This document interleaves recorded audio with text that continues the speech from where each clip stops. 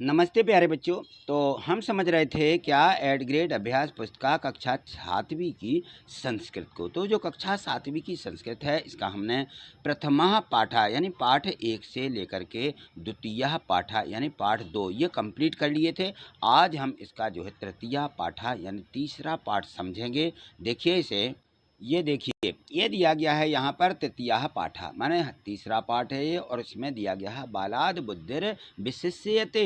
बालाद यानी बल और बुद्धि माने बुद्धि विशिष्यते यानी श्रेष्ठ होती है। तो बल से बुद्धि श्रेष्ठ होती है, इस पाठ का नाम है। ठीक है ना। तो इस पाठ के माध्यम से कि बल से बुद्धि क्या होती है, श्रेष्ठ होती है, यह हम कैसे जानेंगे। ठीक है ना। तो इस पाठ में देखेंगे क्योंकि ऐसी बहुत सी कथाएं हैं, लोक कथाएं भी हैं कि जो है बुद्धि रहती है जो बल से बहुत ही आगे रहती है। यदि हमारे पास बुद्धि है तो सब कुछ बनता है, बल अकेले से काम नहीं बनता।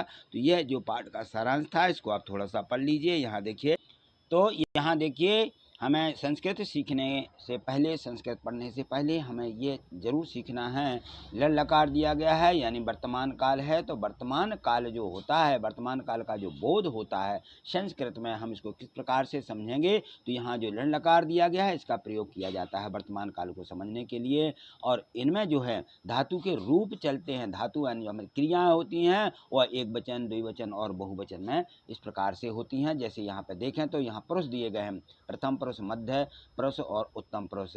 तो प्रथम, मध्य और उत्तम का क्या मतलब होता है, जो पहले व्यक्ति होते हैं बात करने के लिए। तो जैसे हम तुम होते हैं, है ना। इस प्रकार से प्रथम व्यक्ति जो बात करता है उसके बाद दूसरा जो व्यक्ति होता है उसको मध्य पुरुष कहा गया जिससे बात होती है। उत्तम पुरुष वे है जो तीसरा व्यक्ति होता है, उसके लिए हम उत्तम पुरुष बोलते हैं। तो इस प्रकार से यहाँ देखें इनमें एक वचन, द्विवचन और बहुवचन की क्रिया किस प्रकार से लगती है। तो जो प्रथम पुरुष रहता है, जब हम कोई वचन करते हैं, कोई बात करते हैं, तो उसमें जो धातु होती है उसमें ती लगेगा। ठीक है। फिर ताहा लगता है द्विवचन में। यदि द्विवचन की क्रिया है तो वहाँ पे ताहा लगेगा और अंति यह बहुवचन हो जाता है उसका, कि बहुत से हैं। वर्तमान काल में जब हम कोई बात करते हैं तो यह प्रथम पुरुष में यदि वो एक व्यक्ति अकेला तो ती लगेगा, दो व्यक्ति हैं तो कितना लग जाएगा, ताहा लगेगा, और बहुत से व्यक्ति हैं तो अंति लगता है। ठीक है।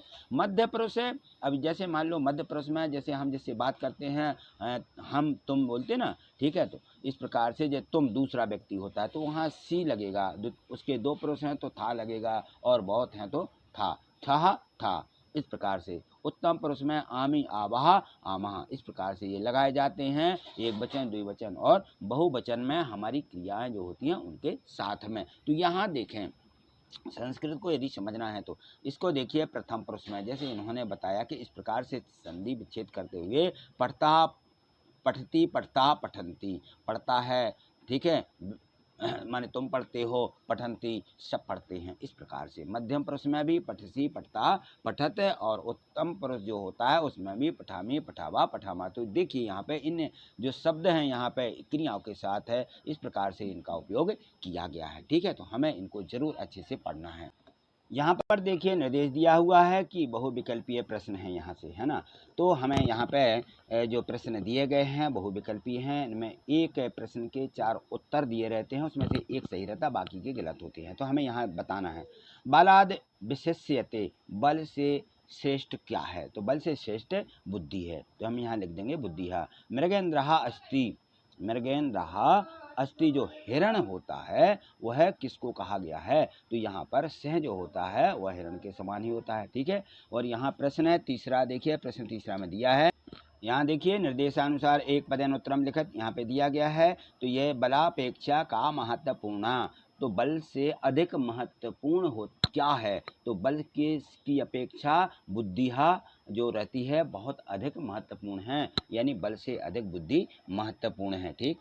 अब यहाँ ये प्रश्न चौथे दिया गया है, इसमें देखिए कहा अति क्रुद्धा अभवत, सबसे अधिक क्रोध किसको आता है। तो सिंह माने सिंह को आता है। कूपे कहा कूदती, कुएं में कौन कूदा, सिंह माने सिंह कुएं में कूद गया था। बहुनाम पशुनाम वधम कहा करोती, इसमें बहुत से जानवरों का वध कौन करता है, सिंह करता है। ठीक है ना। तो इसमें भी हमें सिंह भर देना है।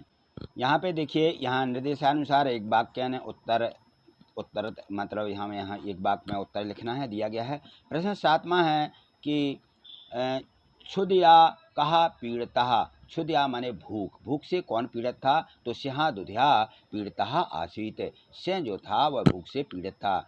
विलंबेन कहा आगत, देरी से कौन आया, विलंब यानी देरी से, विलंबेन शशकहा आगत, शशका माने खरगोश क्या हुआ, देरी से आया। और हेसठ, प्रश्न 9 दिया है कि हेसठ कुत्रा अस्ति सा अपरहास्य इति कहा आबदत, यह किसने कहा कि हे छठ हे खली, वह दूसरा कौन है, दूसरा उसको जो है शेर को कुएं में जब झांक रहा था तो दूसरा शेर दिखाई दे रहा था, उससे उसने कहा, ठीक है ना, तो क्या कहा उसने, क्रोधोत्तः दुमूर्खा औदत, जो दूसरा शेर कुएं में देख रहा था उसने कहा, दुष्ट मूर्ख वाले व्यक्ति, उसने शेर ने क्या कहा कि हे सट कुत्रास्ति सा अपरहास्य, है ना, तू दूसरा कौन है, और उसने गुस्से में आकर के और वो कुएं में उसको मतलब कूद जाता है ना।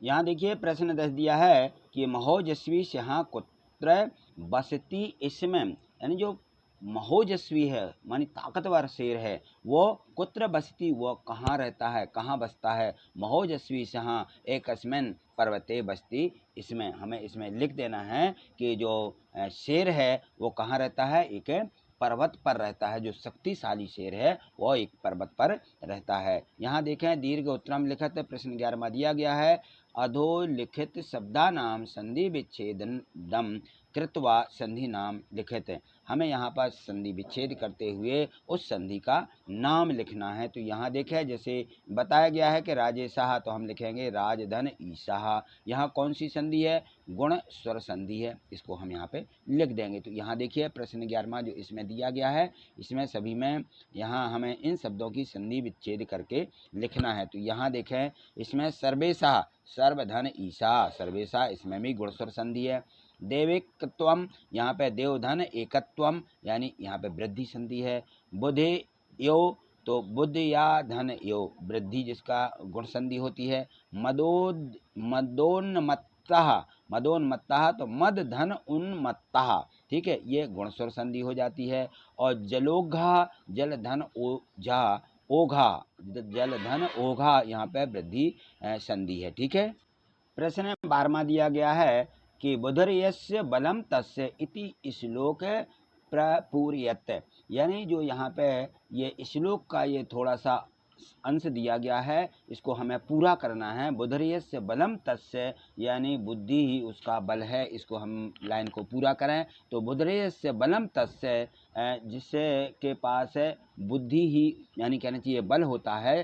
तो यहाँ निर्बुद्धस्य कुतो बलम, जो अज्ञानी हैं, तो जो अज्ञानी रहते हैं उनमें भले ही बल होता है लेकिन उनकी कोई शक्ति नहीं होती है। जिस प्रकार से बने से हो यदोन्मत्तः मस्कैन निपातितः, यानी कहना चाहिए एक जंगल में क्या रहता था, मदोन्मत्तः यानी अपने मद में भरा हुआ एक शेर रहता था। मस्कैन निपातितः, मस्कैन यानी मच्छर ने निपातितः उसका संहार कर दिया, उसको मार डाला, ठीक है। तो इस प्रकार से ये जो इसमें श्लोक दिया गया है इससे हमें बहुत कुछ शिक्षा मिलती है, इसको जरूर पूरा याद करिएगा। और प्रश्न 1 से 12 तक के सभी प्रश्न इस वीडियो के माध्यम से आप यदि बार बार इसको समझेंगे देखेंगे तो आराम से आपको याद हो जाएंगे। संस्कृत में इसको याद करने में कोई दिक्कत नहीं होगा। और जितनी भी इसमें जो प्रश्न दिए गए हैं सभी को आप एक एक करके अच्छे से समझिएगा, ठीक। आज इतना ही, मिलते हैं अगली वीडियो के माध्यम से। आगे देखने के लिए चैनल को सब्सक्राइब करके रख ही लिया होगा और वीडियो को लाइक करना मत भूलिए। यदि आप लाइक करते जाते हैं तो क्या होता है कि आपको वीडियो आपके चैनल पर आपको तुरंत मिल जाएगी, आगे ऊपर मिल जाती है, ठीक है। थैंक यू, धन्यवाद।